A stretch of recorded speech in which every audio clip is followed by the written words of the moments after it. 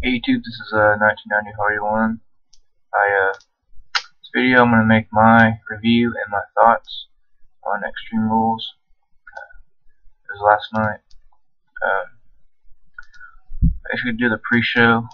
Santino beat the Miz. That show was on YouTube before WWE's YouTube before the pay-per-view. I didn't watch that, but Santino retained the title.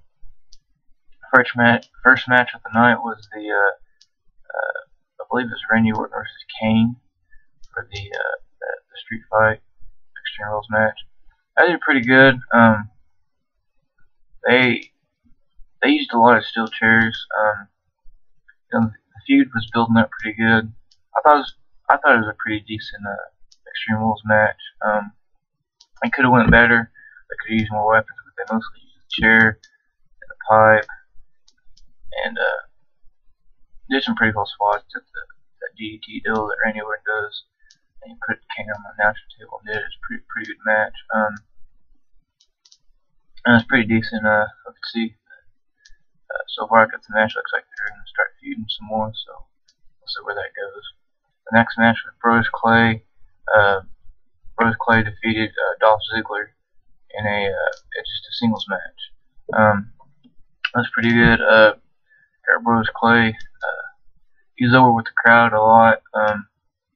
What I noticed is he had the disco ball in the arena, and they finally used that. I don't think that's the first time they used it. I think maybe wrong, but that was a pretty good, decent match. Just kind of like a filler match to fill in the time a little bit. Yeah, whatever. Next match was the Intercontinental title match between Cody Rhodes and Big Show. Now, it did spin the wheel, the roulette wheel deal, and it ended up being a tables match. So, I thought, man, Cody Rhodes is going to lose this match. But they had tables stacked out. Cody Rhodes did a good spot where Big Show tossed him into the turnbuckle. On the turnbuckle, there's a table stacked up like this. So he did that little kick deal he does, but he did it off the table and did it. And what happened was at the end, there's a table set up right against the ring, and Big Show was climbing back in the ring, and Cody Rhodes knocked Big Show off the apron, and his foot broke the table, and somehow so they won the title. So Cody Rhodes is the new Intercontinental Champion. I don't like that. I thought that was just crappy. That was terrible. Hopefully, Big Show gets the title back. I'm hoping.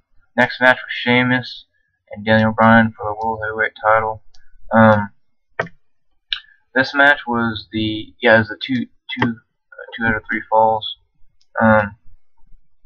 It was a pretty long match. I thought it was pretty good. The fans were, I don't know, the fans, like, when Sheamus came out, they booed. Daniel Bryan came out, they cheered. And then during the match, they switched off.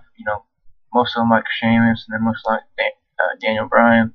That's how the struggle crowd is. They're really smart fans, so they just they do that kind of stuff. The match itself was it was alright. Sheamus did the bro kick, and got the, I think it was the last fall, that first fall was that one. I think it might have been both falls, I can't remember, but Sheamus beat Daniel Bryan. It's a good match. It was definitely a lot better than their 18-second match they had at WrestleMania. It lasted a lot longer than that, so I'm hoping this feud maybe go for a while, so Daniel Bryan can keep going and get over with the crowd with the yes chants, and then he finally named that lock the yes lock now. So the next match is Ryback. Surprisingly, Ryback, also known as Skip Sheffield, he had a repackage. He beat Aaron Relic and Jay Hatton. Some like jobber guys. He squashed them. Funny thing is, during this match, when he was dominating, the crowd started chanting Goldberg. I don't know why. I guess because they thought they looked like him. Well, to me, Ryback looks like a cross between RVD and probably Goldberg, because the tights he wears, the tights like RVD and has the weird, pretty cool looking design. Not the weird, but the pretty sweet looking design on the tights. So and he had the gloves like Goldberg, so yeah, he just it was crazy. He squashed him, beat the crap out of him. The next match was the WWE title match. It was the Chicago Street Fight between Punk and Jericho. I like how this match is pretty brutal. Chair shots. It was almost as brutal as the main event. They didn't wear their ring attire because they didn't want to get hurt with stuff, so they wore like jean shorts. It was a pretty brutal match. They went everywhere in the arena and went backstage and all that other stuff. No, that was Sheamus. Sheamus and Daniel Bryan did that. My bad. CM Punk and Jericho, they stayed around the ring. It was a Sheamus and Daniel Bryan match that went backstage and stuff. But the Punk and Jericho stayed around the ring, and Jericho was beat Punk and taunting. His sister was in the front row on the non-camera side, and his sister, CM Punk's sister, was his real sister, by the way, was taunting Chris Jericho. And then she wasn't. He was taunting Chris Jericho, and so he kept egging it on. She finally slapped Chris Jericho in the face. Chris Jericho was fixing to get jump the rail to beat her up. CM Punk got up. Oh, he was pissed about that. He got up and mad. He tore on the announcer's table. They got that little cover deal that had like the WWE logo. This is Raw. I don't know what the hell that thing's called. But he took it off and it was leaning against the announcer table like this. And he actually put Chris Jericho through it. It actually broke. It was made of wood, so it broke. And it was all shards, like pieces of it sticking out everywhere to Jericho. And then later on in the match, Jericho, a piece of it left to get Punk with it, but he didn't know what the sharp part did when he hurt. But anyways, that was a pretty brutal match, going into the feud. So CM Punk retained in his hometown. This match, I thought, I was going for Punk because I was pretty sure he was going to win since it was his hometown, so it makes sense. That one was probably,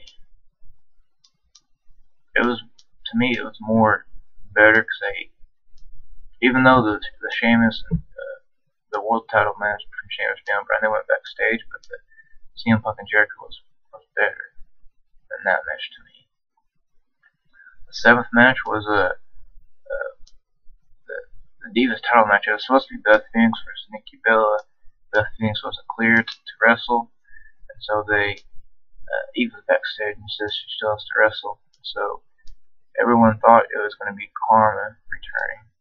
The fans were cheering Karma, but it ended up being Layla. If you remember her, she's been out for like a year with her knee.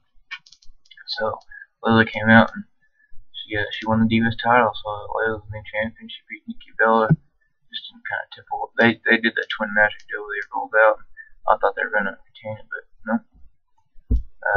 Everybody in the arena was mad, including me, because I was really hoping Karma, it would be Karma coming back, but I guess she'll be back, I guess, pretty soon. I'm hoping. Get the Divas title, I guess. And the main event, which was John Cena and Brock Lesnar. It was a pretty brutal match.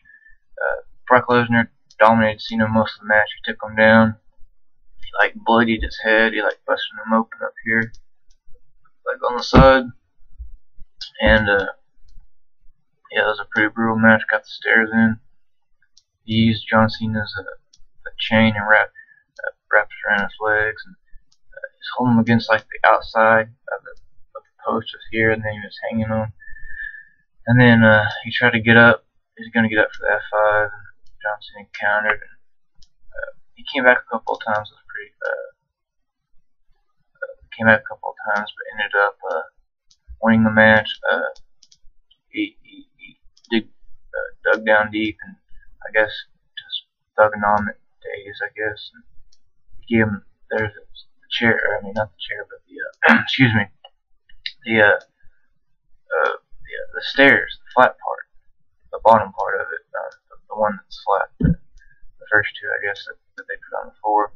He gave him the attitude adjustment on that, and I got the 1, 2, 3 on that. And after the match, he said that he's probably going to go away for a while, which is true. He's going to rest and get some injuries. He's supposed to be filming the Marine 3 movie. I don't know where it's going to be, but he's going to be filming that, taking some time off injuries and stuff like that. But all in all, I mean, the Extreme Rules, they all use weapons. Cody Rhodes, especially in his match, they used the John Cena, I believe he used the kendo stick. Daniel Bryan went through the table. In the end, or no, it was Big Show. Yeah, Big Show and Cody Rhodes. That's right, he used the kendo stick. Big Show got mad, choke slammed Cody Rhodes through a table in the ring. There's a table on the outside in front of the announcer's table, and he fell through that, and he had whelps on his back. Cody Rhodes did, and Chris Jericho did too, because that's a pretty brutal match. He used a kendo stick in that one too, I believe. No, he used a kendo stick in the Punk match. Punk and Jericho, I'm sorry about that. But yeah, and all in all, it was a pretty decent card. We'll see where this goes. I hope. I'm thinking John Cena will probably return probably about SummerSlam. That's the next big pay-per-view. That'd be my thought. But I guess I'll end this video. Tell me your thoughts. Comment below. You know, if you think so and so should have won. I do think it is. This is kind of basically the same card, minus a couple of matches as WrestleMania. But I thought it was a little bit better than this. I thought it was better than WrestleMania. Just a little bit. I thought it was better than WrestleMania. But let me your thoughts and stuff below. All that good stuff. It's 1990 Hardy 1. I'm out.